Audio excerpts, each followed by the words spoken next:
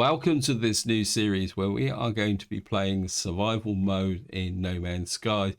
Now, this series is going to replace the permadeath series, which I was playing, which came to a bit of an unfortunate end. Now, for anyone who was following that series, what actually happened is I was out collecting salvage data in preparation for recording the next part, because what I wanted to do was do some work on the base, and I need the salvage data to unlock some of the buildings so that I could actually build an interconnected base so that we could then develop it a little bit more. What actually happened was I was collecting the salvage data and I was on I wouldn't say a massively high hill over a cave, but I wasn't aware that there was a cave below me. And I picked up one of these indicators to a salvage data.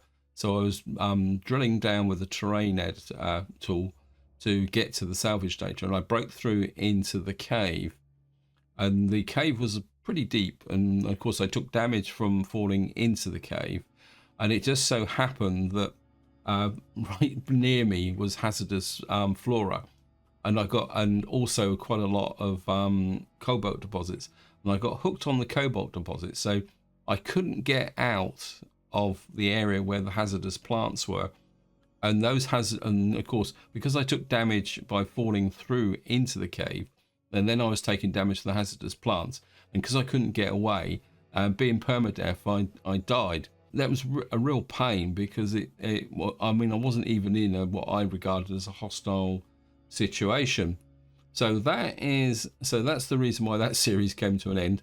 And as usual, guys, a big thank you for all comments and feedback, especially some of you who, especially the comment that says, "Why am I playing permadeath?" So what we're going to be doing is playing survival mode in this game, simply because what I want is a long-term series so that I can investigate the new mechanics of the game. Plus, what I need is a chill-out series so that I can just enjoy myself playing, because I've got one at the moment, which is this one at the top here. It's got, you see, I've got nearly 67.5 hours in it. And this is the one that I'm currently playing, but you can see here, I last played it on the 21st of August.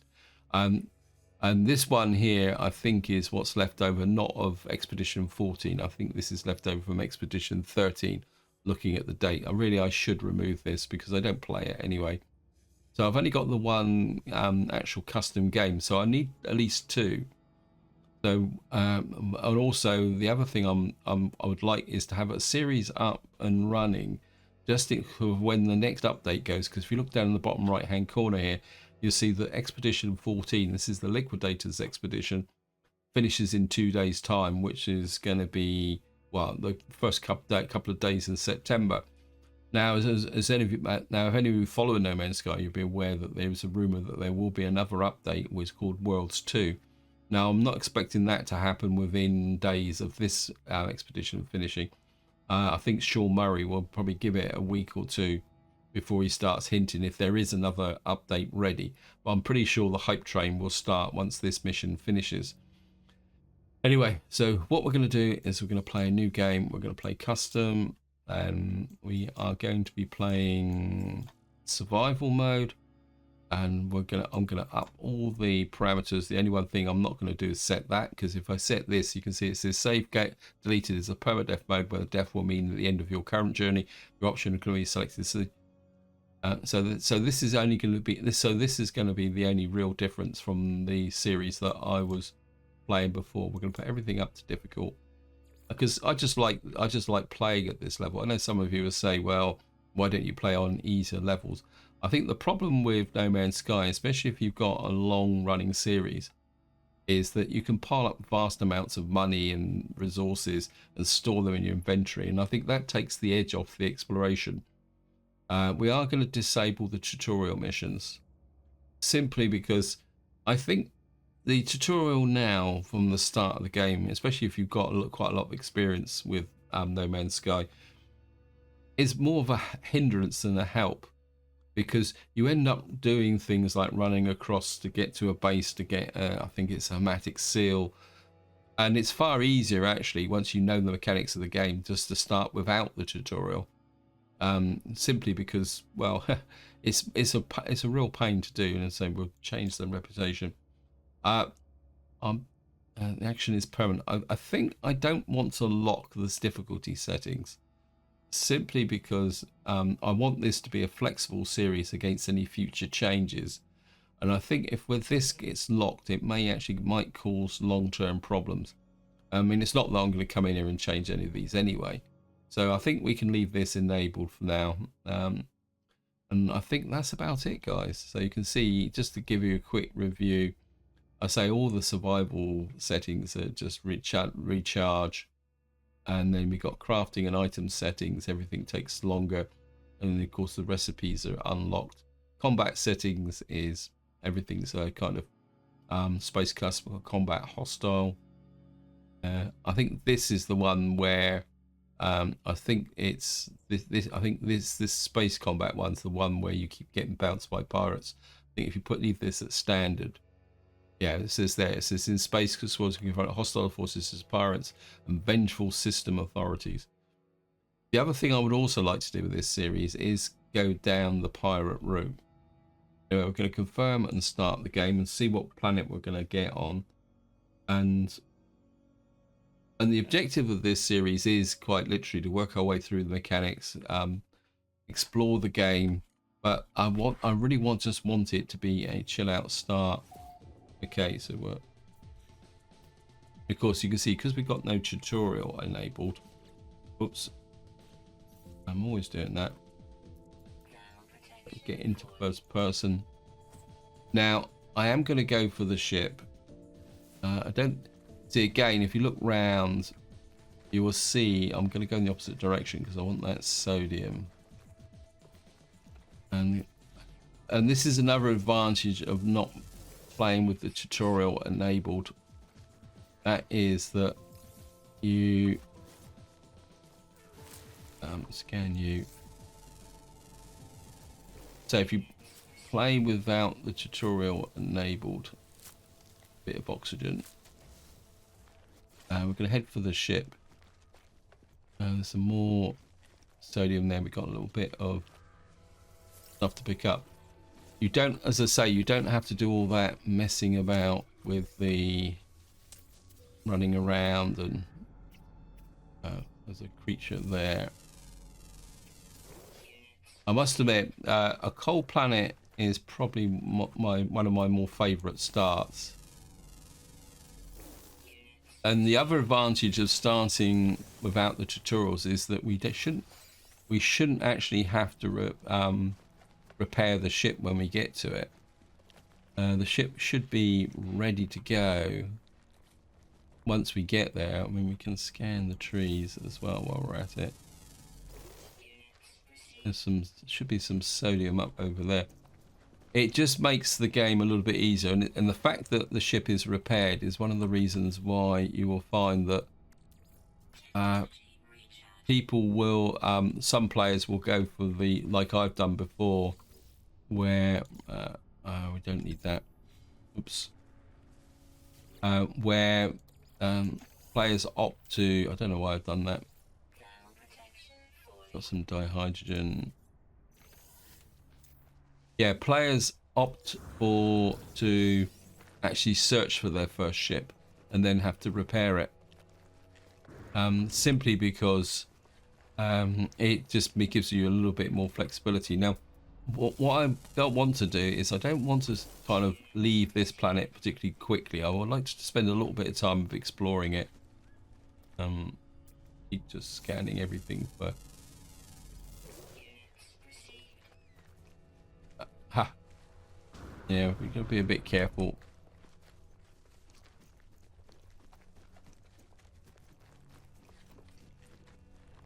Yeah, this is the type of situation. This is what caught me out in the permadeath series, but it was actually on the top of a mound of a hill. Look round. There's some oxygen over there. We do need a cave. It looks like there might be a cave over there, so I think we're gonna spend a little bit of time just looking round and see if we can get make some ion batteries. That would be quite nice as well. We've got a little bit of a crop of oxygen here. Can certainly pick up that. What have we got there? Some ammunition for something that we don't need. Throw away the rusted metal. And of course work. Take the time. There's also some salvage deck in here. So if I get into the ship now, what you'll see is, come in here, you can see the ship is already fully repaired. We've got a little bit of tritium. We've got launch thrusters, pulse engines. And you can see again, the other thing also is that all the basic tech is unlocked. And this is the difference between starting with the tutorial and not without the tutorial. The hermetic seal is the thing that you normally got to go hiking across the planet through a storm to get somewhere. And the other thing also is that we've got access to the ability to make warp drives because we've actually got a hyperdrive installed. Again, it's something that's different. If we go up over here, see if that is actually a cave. We do need to scan some trees. It looks like it's got. I am going to mine some carbon and oxygen because our multi-tool is going to get 2 trees to start with.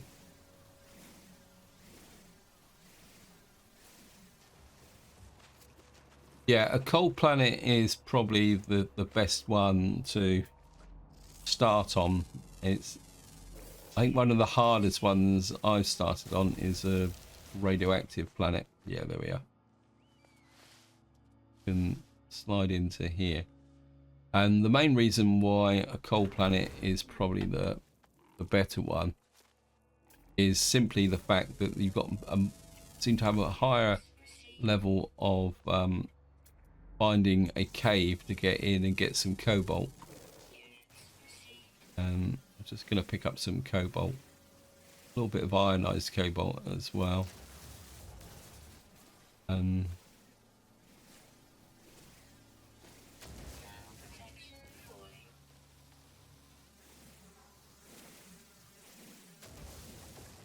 Yeah, don't think I'm deep enough in the cave at the moment.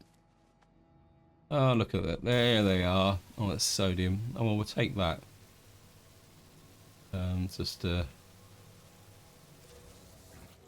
We will. Let's just all. It's just used up all my carbon.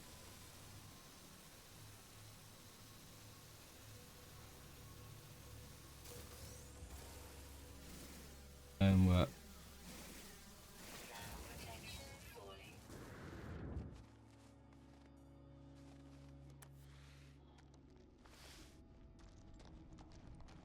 get a little bit deeper in the cave. Yeah, you can see you can see the environmental protection is building back up again. Now we're deeper in the cave. Just pick up these. What would you call them? Mushroomy type plants.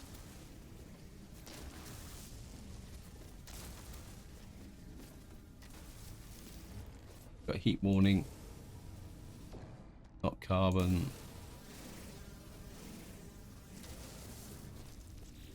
Right, let me just see. Got here. We need to make ion batteries. I can never remember. Yeah, ferrite dust, so we can about 6 of those. That gives us a little bit more flexibility. I don't think we've actually got a. We can make a. Probably one of the first things we're going to need to do is make a bolt caster, but I am going to pick up a little bit more carbon before we leave. I've got carbon, sorry, cobalt. If I got, didn't check. Let me just see. Yeah, we got terrain tool. Now, just got to find the way out the cave.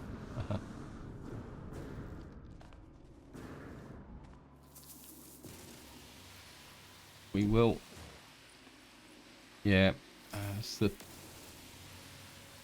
we will. Oh, yes, thank you, game. But we're going to be okay. We will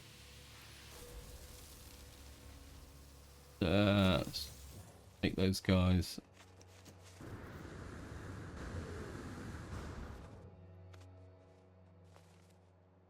Let me just see how far away. You're 345. You're 233. I'm looking for anything that's a close-in quick win. If there's nothing here, we're just be on our way.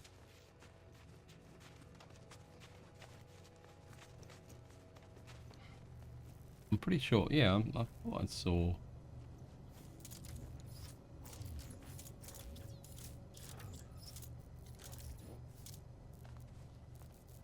We certainly gonna cut one of these. That will give us the money. Try out a scan, see what else is around. We've got some sodium-rich plant over there. We might as well pick that up before we leave. We'll also see if there's any of these. There's a creature over there. It says 69. There he is.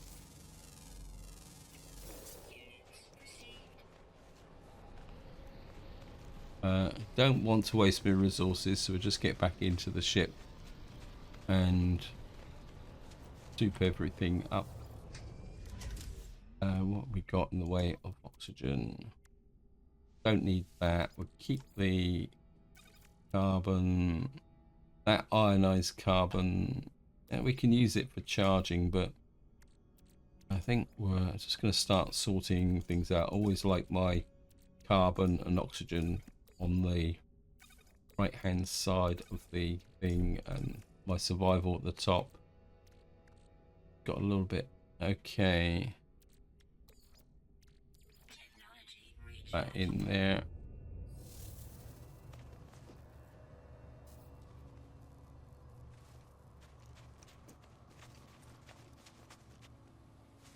We will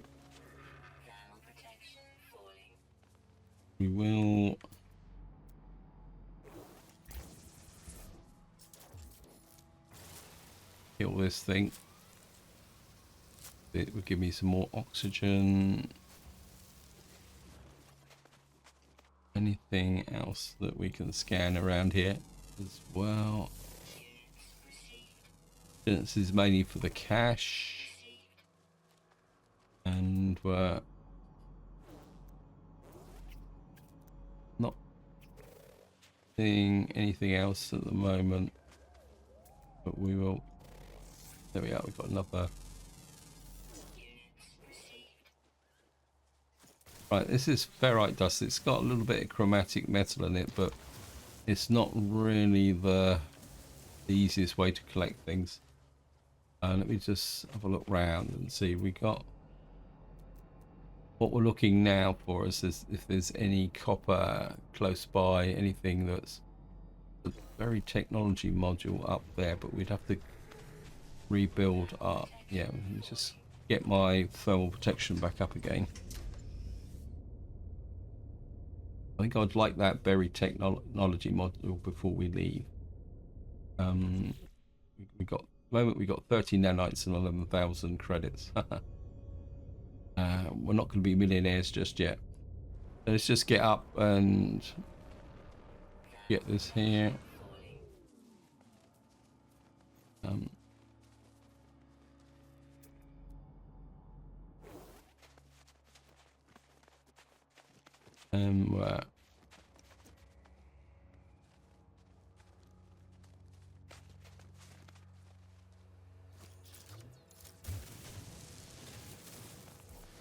Up the very technology module. Head back towards the ship.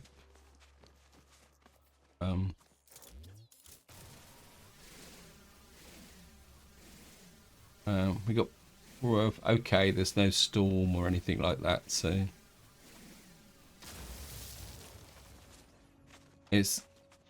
when you first start on a planet like this, you don't want to kind of go out too far until you're familiar with what type of storm you're going to get, whether it's going to be, you know, just a normal type storm or a storm that's going to be quite ferocious.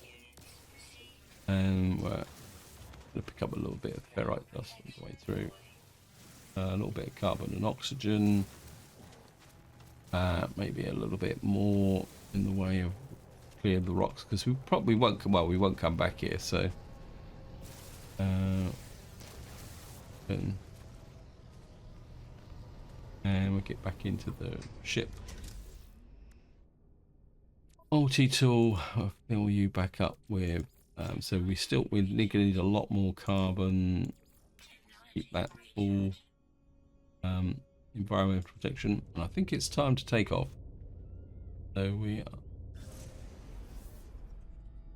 explore the planets, and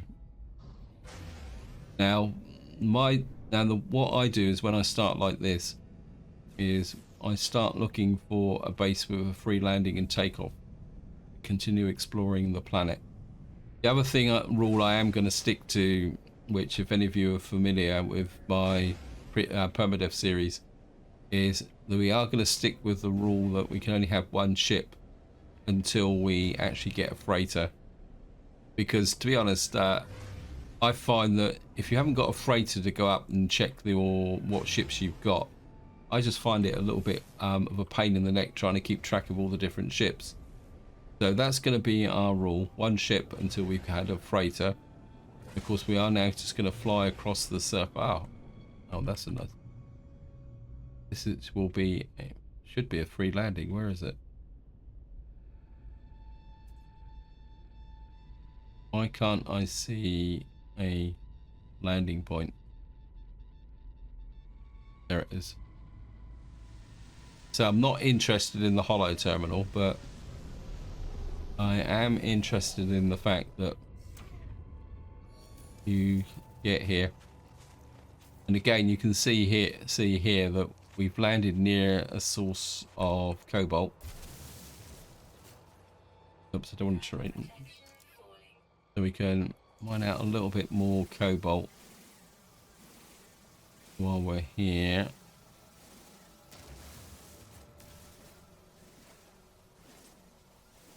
Like that. And we can... There's a creature up on the horizon there. Of course, we can check out the buildings there. Yeah, thank you, game. And of course, your actual energy repurposes a lot quicker when you're inside of a building over being outside. It says there's a copper deposit in that direction. That's a nice find. We will be going for that copper deposit. The other thing, yeah, we can make a mining thingy. Just want to pick up a little bit more around the periphery here. Pick up these hazardous plants for the oxygen. Plus, it's good to just kill them in principle. And we'll pick up a little bit of carbon. Yeah, I think we got the copper deposit is over there. We will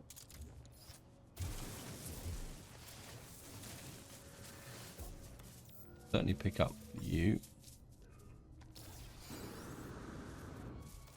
And of course we will. Damaged machinery is always a pretty good shot. Get rid of you. And right, let's get back in the ship for a little. Actually, can I make a metal plate? What I will do is put the portable refiner. put in. What will that turn into? That will turn this back into cobalt. There's no point carrying that. We're going to need a lot because we can use the cobalt. We can't. The ionized cobalt is not quite so good. I'm just going to get into here, and we're just going to wait for the environment to build back up again. Just very quickly get over to here and the marrow bulb. Oh, I must have scanned it. Okay. Where is, oh, there's some sodium there. Where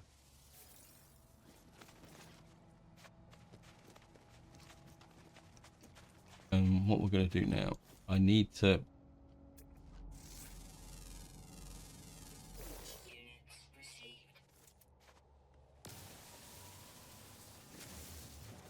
I also need some ferrite dust, so might as well scan that on the way over. We can give ourselves a little bit of a silly jetpack boost like that. I think that's probably one of the more pointless elements of the game. You see it literally, you pick it up at random and then it quite literally just disappears almost in a flash.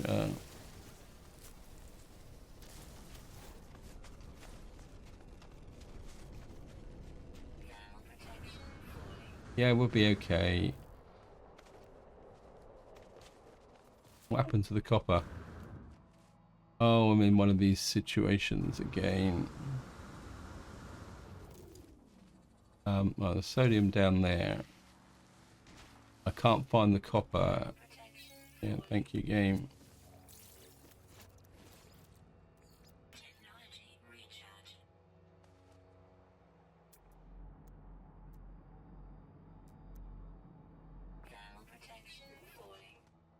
There's the copper deposit. There it is.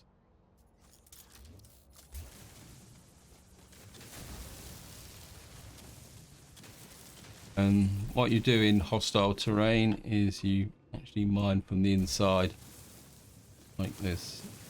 This doesn't look a very big deposit. Plus this is not really a friendly area to be kind of picking up chromatic metal, so just pick up as much as we can. I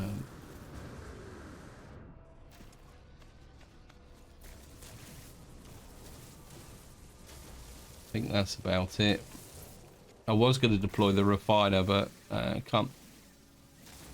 I think it'd be easier just to get back to the ship and try to pick stuff up before we go. Pick up a little bit of dihydrogen while we're here as well. Bring it across the top like that.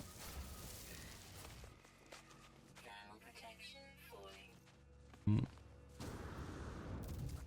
pretty sure I saw some soda. Yeah, well, that's okay. We can use that. Yeah, and you kill the hazardous plant.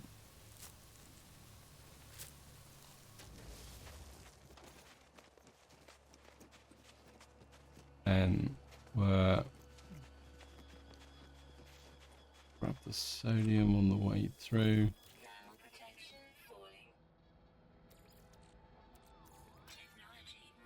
Sodium instead of the ion batteries.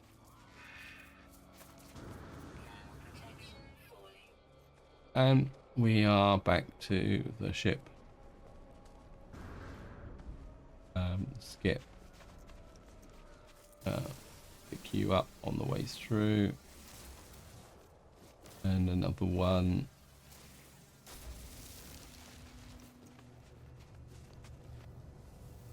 Into the ship. We'll check our resources now. Right. We've got 166 copper. I think before we leave, we're just going to deploy you Put in some carbon. It can be 75 chromatic metal. Not going to be enough, is it? Okay, well, it's a start in the it's a step in the right direction. While that's going, where just kind of clear out a little bit of stuff around here. Maybe we'll just pick up a little bit more cobalt, just for good measure.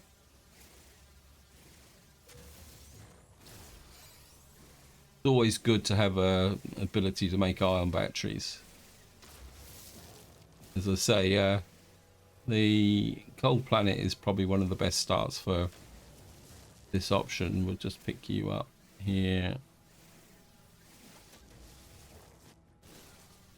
I'm not sure why I'm mining Marigold, but hello. I think I've got you, haven't I? Yep. Right, we got 75 carbon in the ship. Actually, let's just have a look at the starter system.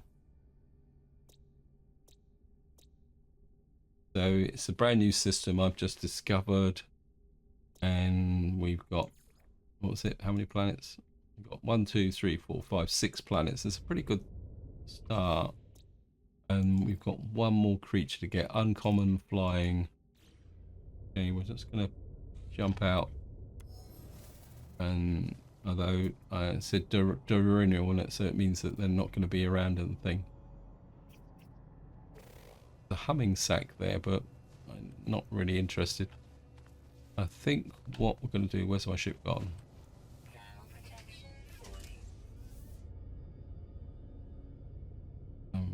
Oh yeah, one thing that's part of the great tradition, I'm going to call this the flying brick. Oops. If anyone's wondering why I'm calling it the flying brick, is that it is a flying brick. I can't remember now, I think it must be flying brick the 15 by now. I always name this ship the flying brick, but I've lost count of how many times I've actually done it. Looks like there was a deposit here, but I'm not. That's copper. You just get back again. Sorry about this. That was a little bit too good to pass up, and it's saying that there's copper. There it is, 162, and there's other bits and pieces we can pick up on the way through. Yeah, that was too convenient to pass up, so obviously I didn't scan very well. And there's also other stuff here as well.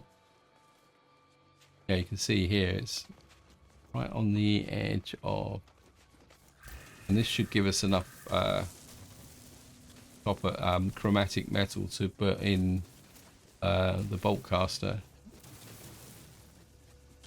Yeah, it's quite a nice deposit as well.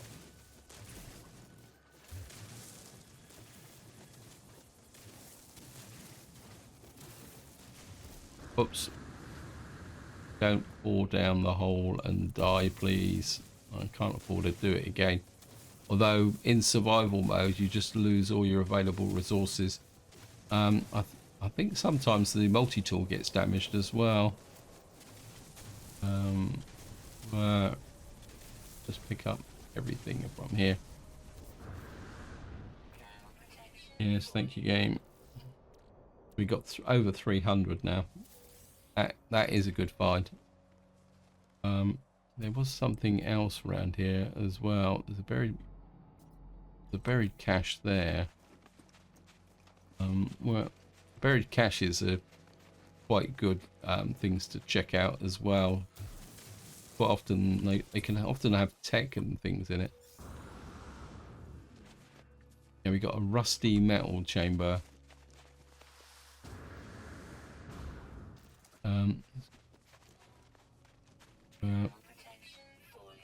Just dive into here.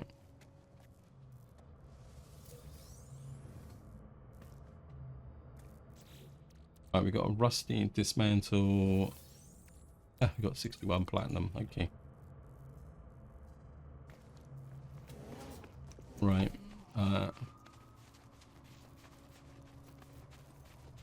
Right, I'm aware time is pushing on, so what we're going to do is just and there's change to third person. Third person is a little bit easier to spot free bases and stuff when you're actually traveling. That there, that's just, where are we actually on the planet? We're roughly around the equator, so I think we're going to fly north and see. The only downside with being in third person is that you don't get an indicator of a crashed ship. And it would be nice to find a crashed ship before we actually leave this planet, so we actually get an upgrade before we actually leave. I mean, that would be really great.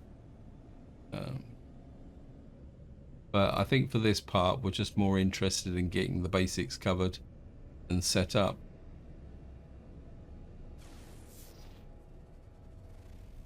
So what I'm going to do now is just fly across the planet looking for another free landing. Because there's no point actually... Oh, there's a temple there, but... So what we're going to do now is just fly across the surface looking for a free landing point. Because unless something really interesting shows up, there's no point just landing in arbitrary locations on the planet.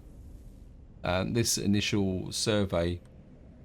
flying from base to base, I mean, it'd be really great to find a small trading station. That would be really good. Actually, if we see a beacon or anything, that might be fairly useful as well. So I'll see you once I actually find another free landing point. Okay, welcome back. We've just arrived at our first trading station, which is probably a pretty good point to actually finish up on. But of course, we got to do a little bit of the routine stuff. We can do some trading. Looks like we are on a GEC system. Okay, hello guys. Request dialect help. Oops. Destroy. I think what we'll do is we'll give this guy a GEC relic, because that will increase our standing with the GEC. Because when you're playing on the harder difficulties, if you really want to push up your standing, giving away the various relics and things does make life a little bit easier. So come here, request dialect help. Trade symbol.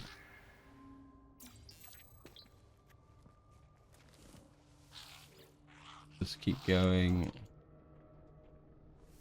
Dialect help. GEC symbol.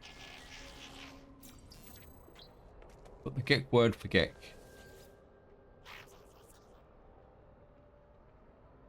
Request dialect help. Friendship symbol. That's not. Oh, look at that. Pretty nice looking ship. We've got our first milestone. What have we got? A beginner. We have learned 5 words. Nothing found.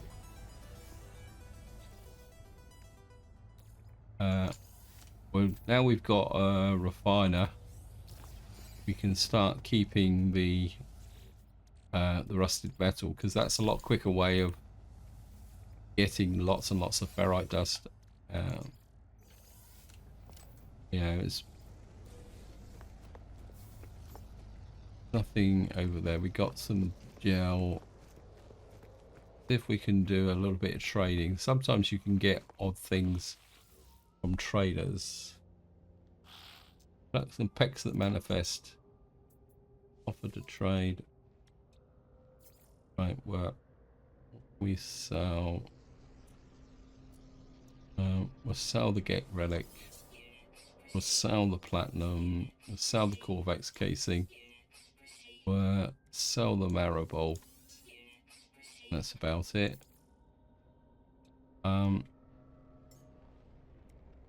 Tritium I wouldn't mind. And the rest you can keep. The reason I bought the tritium is that it just gives me that little bit more of an edge once we actually go up into space. Yeah, thank you, game. Got here anything here? We've got launch fuel, but we don't have enough money for it. I would certainly like the dioxide. The dioxide actually is useful for topping up that. It's actually more powerful, and so we can say, for example, just use that. But it's far better to actually just mine it. So we will be I think there should be some dioxide on this planet, yeah. So we will pick up some of that, because then that means we don't have to worry too much about oxygen. There's nothing else here. Okay. We got our second milestone. But we've earned some money. We've obviously haven't walked around enough to be able to do things. Look at that freighter go flying through the sky. This is one of the aspects of the new expedition with the new clouds and that when you see something like that fly, haha, nearly missed that. Yeah, I mean, this is I'm going to take a picture of that. I think that could be the oh, that's even better. Haha. Yep. As I say, with the new clouds formations, seeing the ships actually fly through the clouds and that is really awesome. There's got silver over there we could make money from. We've got dioxide deposit, 574 there. Subterranean knowledge stones. What we got over there? We've got a dioxide deposit over there. It's only 378 away. That's well within range. Okay, just to finish off, guys. Because if I don't do it, I'm going to forget all about it. I'm also pretty busy in real life, and that's one of the reasons why I'm tending to only do one video a day, which is with the number of series that I'm running, and there's a couple of new games I want to look at. It means that things are a little bit stretched out compared like I normally do. But on the positive side, winter is coming, and generally once winter starts to arrive, my life gets a little bit easier. Yeah, look at that. Wow.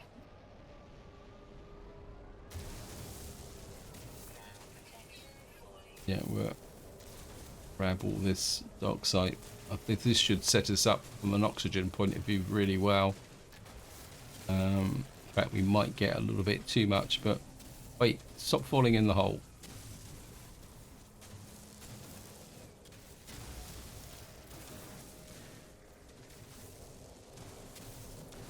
Of course, if we, in the likely event that we get some environmental protection as well for a cold planet, we can use dioxide to recharge the environmental protection as well.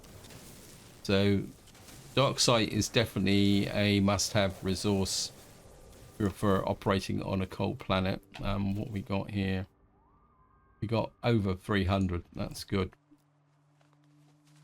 Right, so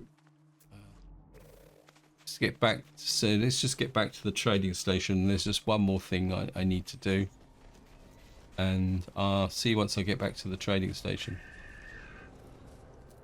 So here we are. We're just pushing our luck a little bit, but we'll be okay. We're on red, but as soon as we get inside of the trading station, yeah. Right. So the last thing I want to do is we come to here. Go to creatures. You can see what we've now got, all the creatures, so we can hold this and register all the creatures.